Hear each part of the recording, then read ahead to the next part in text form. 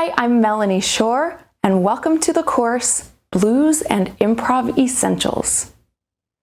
This course was created for classically trained students who need an entry point into the world of improvisation and blues. The skills you'll need to have to begin this class are the knowledge of a major triad and how to build one in any key. You'll also need a little bit of notation experience, and other than that, you're good to go. Now, if you're in this course but you don't really read notation, it's okay. You'll still be able to follow along with the lessons as long as you have a good ear and you understand how to build a major chord when you see a chord symbol. So let's begin by understanding what improvisation actually is. If you Google it, here's what you'll find. The art or act of improvising or of composing, uttering, executing, or arranging anything without previous preparation. Musical improvisation involves the imagination and creativity. Now, there are a few things in there that are accurate, such as musical improvisation involves imagination and creativity. But there are other aspects of that description that maybe could be contested. When many people, especially those who were trained classically, hear the word improvisation, they are generally under the impression that people just sit down, play random notes, and everything's good. And I totally get this frame of mind because I was trained classically as well, and that's what I thought it was too. I've even heard very proficient, high-level classical pianists who are teachers at the highest level tell students that improv is completely random and just a bunch of notes. This is not true. The whole deal about improv is that, yes, you want to be able to play ideas that come to your head, but for a lot of us, that takes intentional practice. The great thing about improv is that there is structure. Now, there are a few exceptions, such as free jazz and experimental jazz, but for the most part, everything else has parameters that follow form and chord structure. And that's what everybody agrees upon before they start playing together. Improv is your own unique language. However, remember that all language has common threads. In music, it's no different. And really, all you need to start to know how to improvise is basic chords and a major scale. You can even get by for a while just by playing part of a scale. As you become more and more connected to the piano or your other instrument that you are improving on, with these patterns and options over time, they become ingrained in your tonal memory. The best part about this is that everybody can store the same information, but it comes out differently depending on the person. As you get comfortable with lines that you are confident with, it's then stored in your muscle and your tonal memory, and your brain will present new options to you as you become more comfortable. It's just building block upon building block, and once you understand the rules, you can manipulate them however you want. So, no, we will not be learning how to sit down and play random notes. You can already do that. You can find a 2-year-old that can do that, so I'm sorry. But as we go through the lessons, I'm going to show you how to play by the rules and make your own changes. I'd like to encourage you to keep an open mind with all of this stuff. It can be so easy to fall into the negativity trap, so I want you to be onto your own brain. You may have thoughts like, oh, I'm the worst. Everybody else is better than me. I suck. This sounds horrible. I'm not smart enough for this. I'm too old for this. I should have started when I was 2. My ears aren't good enough. I started too late. I mean, everything under the sun. And really, everybody has these thoughts. Even people who are brilliant at improvising, they have those same thoughts sometimes as well. So catch those thoughts and release them. I'd like to talk a little bit about positivity just for a second. One of my favorite researchers, Dr. Barbara Fredrickson, has studied and documented positivity. And what she presents is that positivity is a tool that broadens our thinking. It helps us to craft our own thoughts like, oh, that sounded interesting. Okay, I'm gonna try something else to see if I like it better next time, versus that sucked, I'm the worst, I should quit. Now, if we contrast that with negativity, negativity is actually not something that's totally, quote, negative. It just provides more of a narrow focus. So remember, it's not always a bad thing. It can help you refine. It just means it's more of a thought limiter than a broadening tool when it comes to your self-esteem with improvisation. I'll remind you of all of this as we go along, but just remember, keeping an open and a positive outlook during this course will help you to get better faster, and it will also help you to have a more enjoyable journey.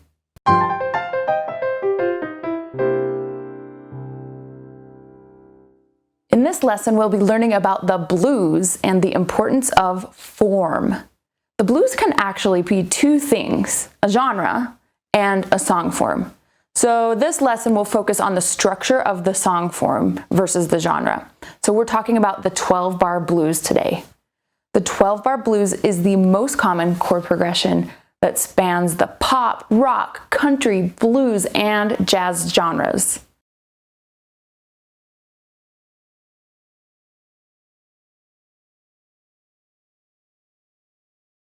Take a look at Blues on First in your ebook.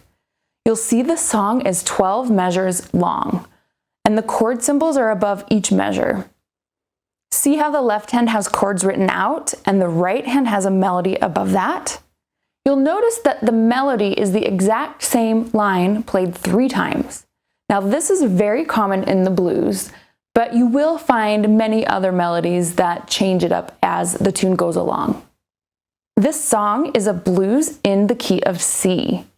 Now, if you're at a jam session with strangers or even with friends, and somebody calls out, "Blues in C," this structure is what you will play. This song form is common because it uses just 3 chords, the 1, the 4, and the 5. If you're not familiar, these numbers come from the notes within the major scale. So I will assign a number to each note in the major scale, and then I'll build a triad off of each of those notes. These construct chords. So C major is the 1 chord, F is the 4 chord, G major is the 5 chord. Here is what Blues on First sounds like, and I'm just going to play it through one time. Pay attention to when the chords change. Your ear's going to help you a lot with this.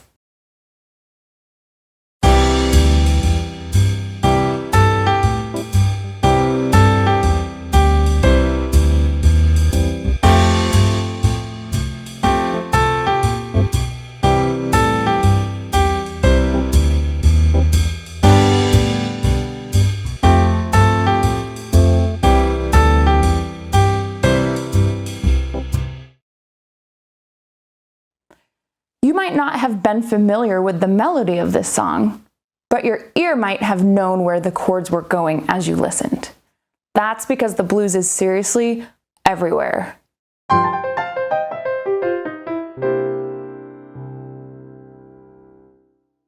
All right, we're going to take a look at the first step of improvisation, and we are embellishing the melody.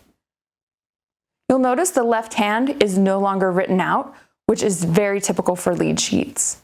You'll still play the left hand like you did initially, just as the whole note chords, so keep doing that. At first glance, this melody looks totally different from Blues on First, but there's actually only one difference. Since you know the melody already, a good way to start improvising is to just make one small change to the melody. This is something the great Louis Armstrong did, and it makes for really nice melodic soloing.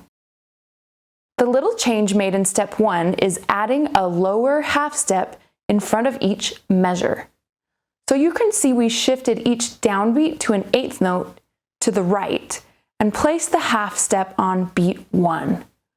This half step could be something else if you choose, but I suggest keeping it how we have it right now, just so you can get this in your fingers and in your ears. Now, over time, you could do something totally different. You could do a whole step, you could do a third, you could do anything. You could come from above doing a half step. But right now, we're just going to keep it simple and do the 1 half step below beat 1. So here's what it sounded like before.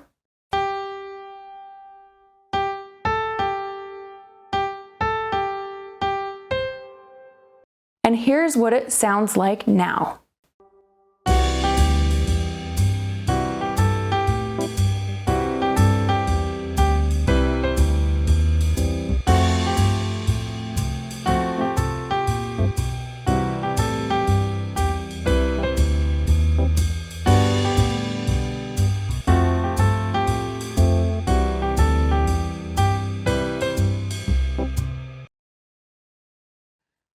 practice this concept, go to the end of your ebook and try it out on a few of the songs there. If you have a fake book, you can try this out on Blue Monk and Blue Train. Now, if you've done a little playing on some other jazz standards that are not blues forms, feel free just to use this concept on any tune. Try out different melodies, Autumn Leaves, All the Things You Are, All of Me, whatever your favorite standard is, you can apply this to any melody.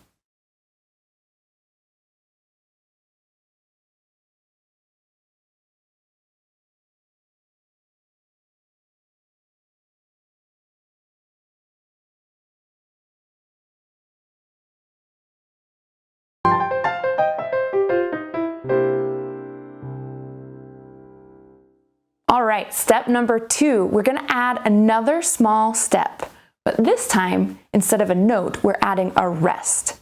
The rest is going to go on beat 1 of every measure. Right now, I'm having you do this so you can have consistency with whatever concept we're adding in, but later you can pick and choose how you add these in and where they go. Here is what our previous example sounds like for reference.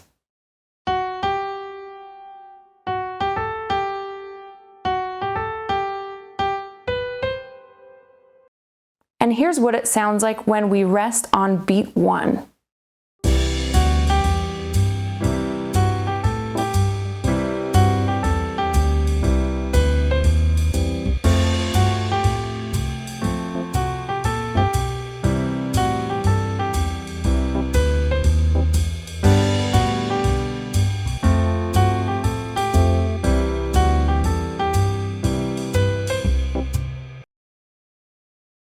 For extra practice on this concept, go to the end of your ebook, pull out your fake book, try it on any of the melodies there. We're gonna do the same types of changes on every melody, so get used to looking at different songs.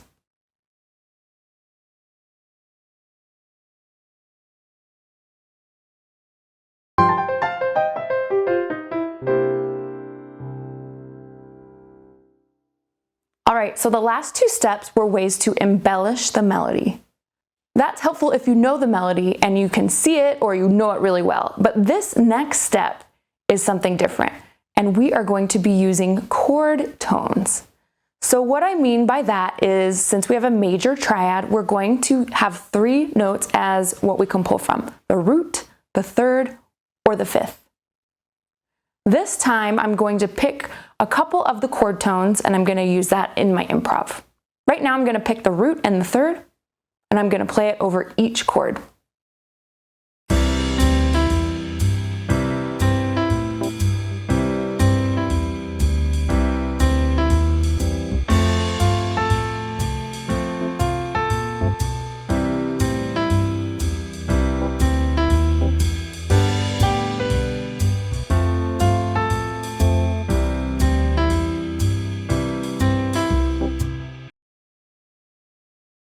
Now this is pretty cool because it gives you variety when you move from chord to chord.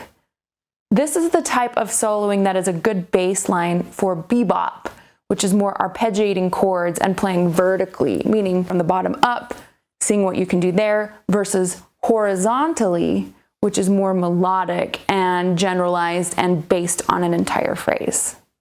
As always, for extra practice on this concept, go to the end of your ebook, pull out your fake book, try it on any tune. If you are trying this out on tunes that have 7th chords, just make sure that you pick a tune that has familiar chord symbols to you. If none of these are familiar to you, then just stick with the examples that are at the back of the ebook. All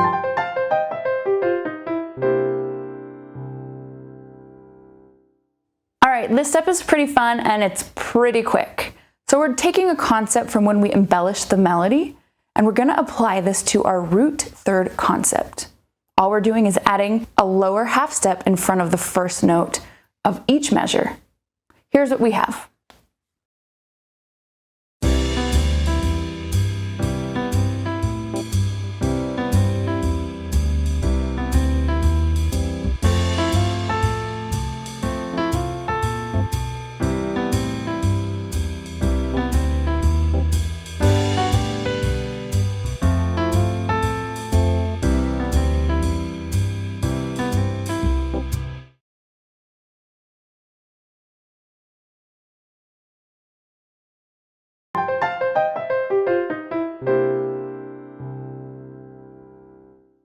This step is called mix and match, and it's just what it sounds like. Now that we've come up with several ways to create a solo, we're going to pick and choose where we put our ideas.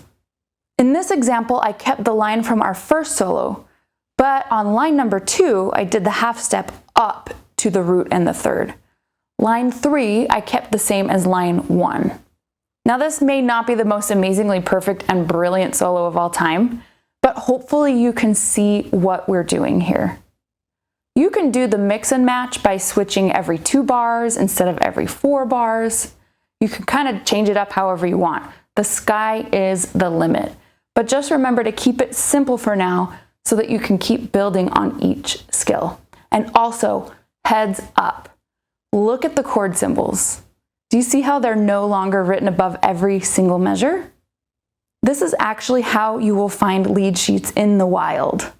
Every blank space above the measures, it just means that you play what you had the last time there was a chord symbol. So it only changes when a new chord is written above a measure. Here's what our mix and match sounds like.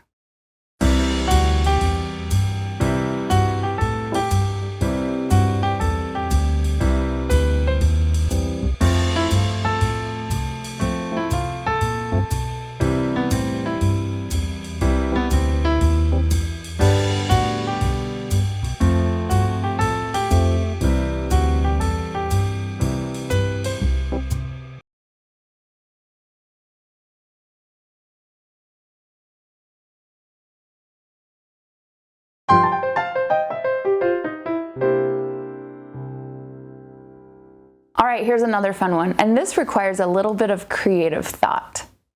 You probably already know what question answer is, but just as a reminder, it's where the first part of the phrase ends on a chord tone that is not the root, and the second part of the phrase ends on the root. The example written out here is very basic, just to show you how you can do this in a really obvious way.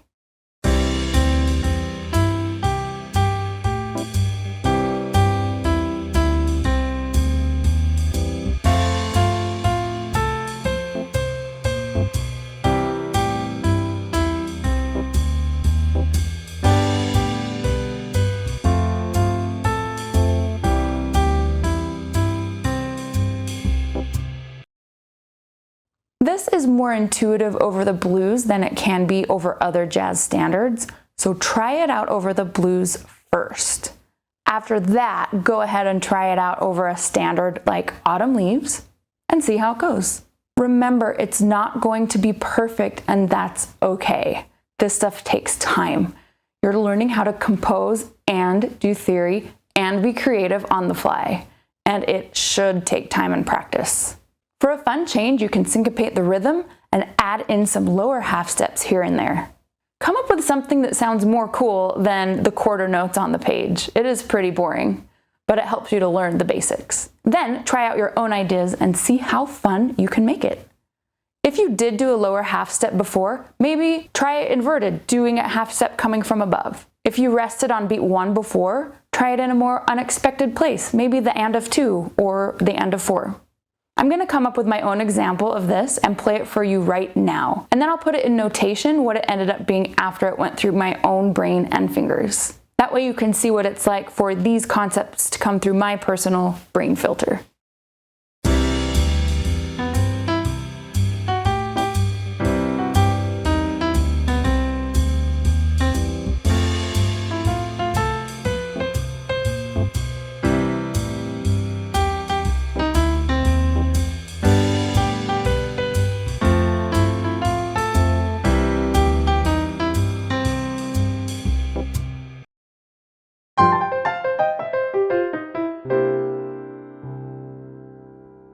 Okay, this one is always a crowd pleaser. Inserting a quote is basically what you would think, taking an existing snippet of a familiar song and playing it in your solo. One of my good friends, who's a great player and a super fun guy, would always play the first 2 measures of Pop Goes the Weasel. Some people insert pieces of Christmas tunes, or you can do nursery rhymes, things like that. Stuff that's Mary Had a Little Lamb or Twinkle Twinkle Little Star that's familiar to most people. I recommend keeping these very short and using them sparingly so that each time you play a quote, it's not overusing anything. I'll throw in a few quotes in this example, interspersed with some of the notes and concepts from previous examples.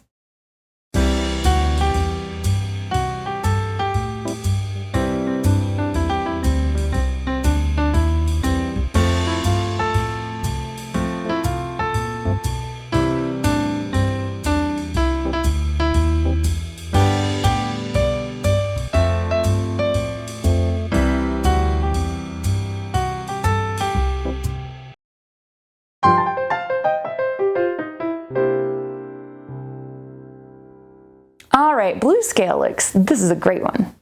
What is a lick?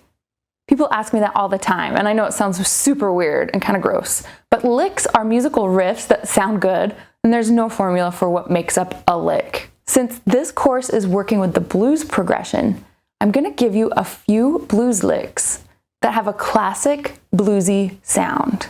The best way to get these for yourself, honestly, is to transcribe them from recordings. So listen, figure out what it is, go to the piano, put in the time. But I'm gonna get you started with just 2 licks so that you can have something to go off of. The licks I'm about to play for you are built from the blues scale. The blues scale can mask the entire form of the blues. In other words, if you're playing a C blues, you can shred on the C blues scale for hours and hours, and it's going to sound good every time. It will not clash with any chord. Here is the code for building a blues scale. 1, flat 3, 4, sharp 4, 5, flat 7, octave. Here are the notes in the key of C.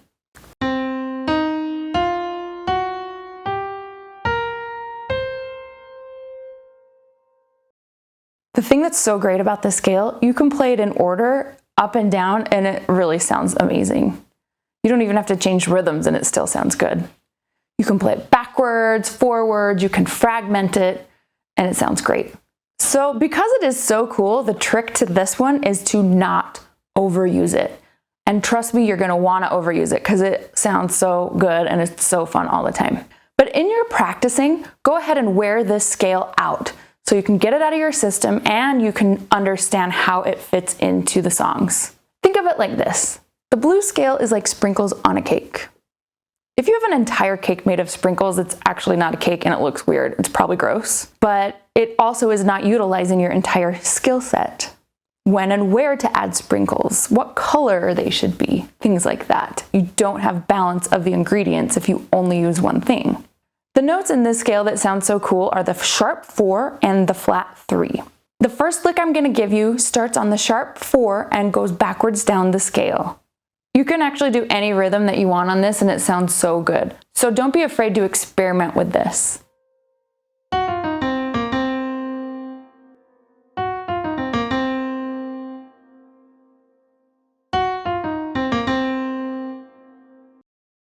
Okay, here's the second lick. Beat 1 has 2 notes at a time, and it's the sharp 4 in the root, and the only other note is the 5th. Here's how it sounds. Now play through the blues and only use the blues scale. Here's a demonstration of some of the tools we just learned with some of the licks. For an added bonus, try mix and match and have one of your ideas be a blues lick. In this example, I'll alternate between some of the original mix and match examples and some of the blues licks.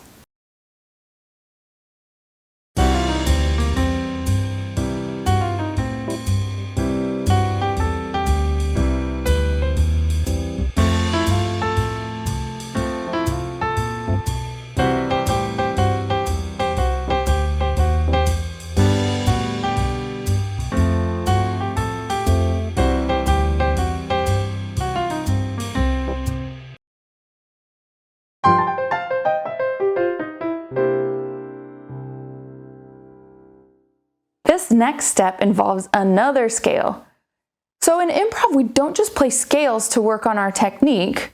We are using these scales as different colors on a painter's palette. This first scale we're going to try is called the pentatonic scale. If you already know the major scales, that's perfect. The pentatonic scale is the first, second, third, fifth, and sixth note of the major scale.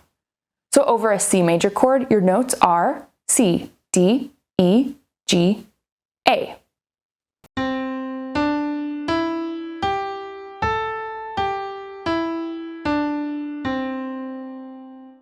Over F, it's F, G, A, C, D. And over G, G, A, B, D, E. Try these ascending and descending over each chord. You'll have to change scales based on what chord you are playing over. You can't mask this one. Now for fun, add one or two of the solo ideas from before. I'm going to use the lower half step and the rest on beat 1 and then alternate it.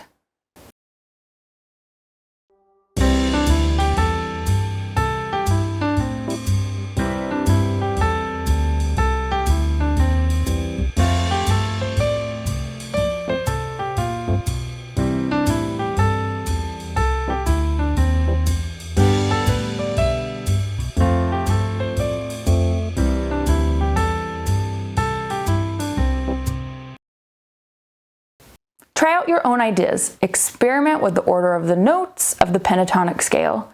Experiment with the rhythm. You could try just a few notes from the scale. You could do all of them. You could start the scale on the third, or any other idea you have. Now a word on scales and improv. This will work great over the blues, but once you start playing them over standards, they don't work the same way. You can play a pentatonic scale over a major 7 chord or dominant, but if you play it over a minor chord, you'll have to adjust. We'll get into more of that later.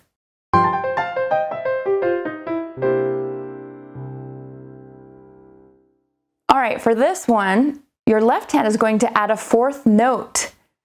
We're now going to turn all the major triads into dominant 7th chords.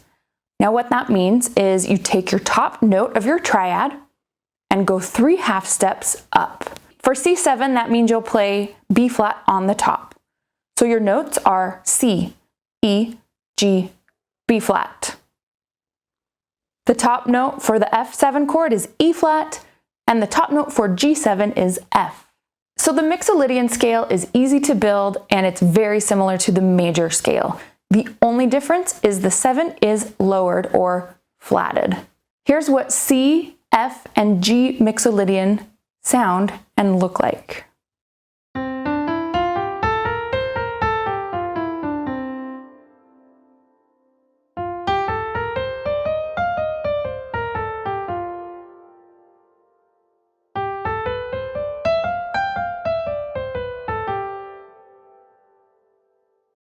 So check this out. If you get overwhelmed by how many notes there are in the scale, here's a way to lessen the stress. If you play the root, 3rd, 5th, and 7th of a dominant chord, keep stacking up in thirds. Your next note will be D, then F, then A. If you move those down an octave into your 1, 3, 5, 7, it's actually the Mixolydian scale. For this exercise, play Mixolydian ascending and descending over every chord. And again, remember, you will play C Mixolydian over C7, F Mixolydian over F7, G Mixolydian over G7. You'll want to try these over the examples in the back of your ebook as well, because we have every single key there. And that means you'll get practice on every Mixolydian scale. And remember, the Mixolydian should only be played over dominant chords. A dominant chord looks like letter and the number 7. So it could be C7, E flat 7, A7, Cookie Monster 7. Kidding. But you get the idea.